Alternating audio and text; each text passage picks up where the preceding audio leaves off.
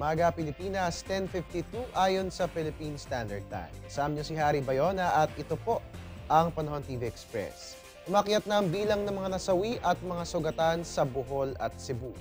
Ayon sa pinakahuling tala ng National Disaster Risk Reduction and Management Council o NDRRMC, 218 na katao nang nasawi habang 768 naman ang sugatan dahil sa mga pagyanig. 8 katao naman ang ngayon hinahanap pa rin ng otoridad.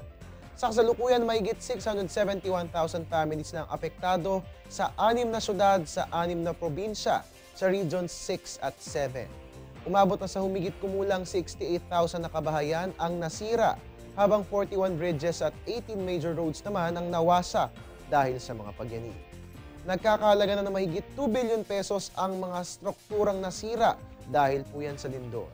At dahil sa patuloy ng mga pagyanig na nararanasan sa mga nabanggit na lalawigan, nasa ilalim pa rin po ng state of calamity ang lalawigan ng Bohol at Cebu. Ang lahat ng mga kababayan natin sa mga nabanggit na lalawigan ay inaabisuhan na maging alerto sa lahat ng oras para maiwasan ang mga panganib na dulot ng lindol. Magbabalik po ang Panahon TV Express makalipas sa isang paalala. Teng, ang package. Ma'am, sabi ng Air 21 on the road na. Ano, Teng? Ang package. Ma'am, sabi ng Air 21 na receive na. Okay, very good. Basta padala, sagot ka ng Air 21. May real-time delivery updates via text para worry-free ka. Teng, ang package, napadala mo na? Yes, ma'am, sa Air 21. Sa Air 21, sagot ko, padala mo! Sa usapin naman ng astronomiya, we're in for some astronomical treat sa pagsalubong natin sa buwan ng Nobyembre. In fact, kanina nga po, nagpamalas na ng angking ganda ang lunar trio. Ito nga po yung pag-form ng buwan ng triangular pattern kasama nga po ang planetang Mars at ang blue-white star na Regulus sa constellation ng Leo.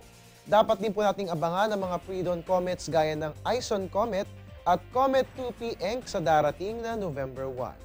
At good news po dahil matatanaw natin ang mga ito with our naked eyes. Magdala lang po tayo ng mga binoculars nang sa gayon mas close up ang magawa nating pagsilip. At yan nga po mga kababayan, sa pagpasok ng panibagong buwan, ating putunghayan ang mga nabanggit na astronomical spectacles.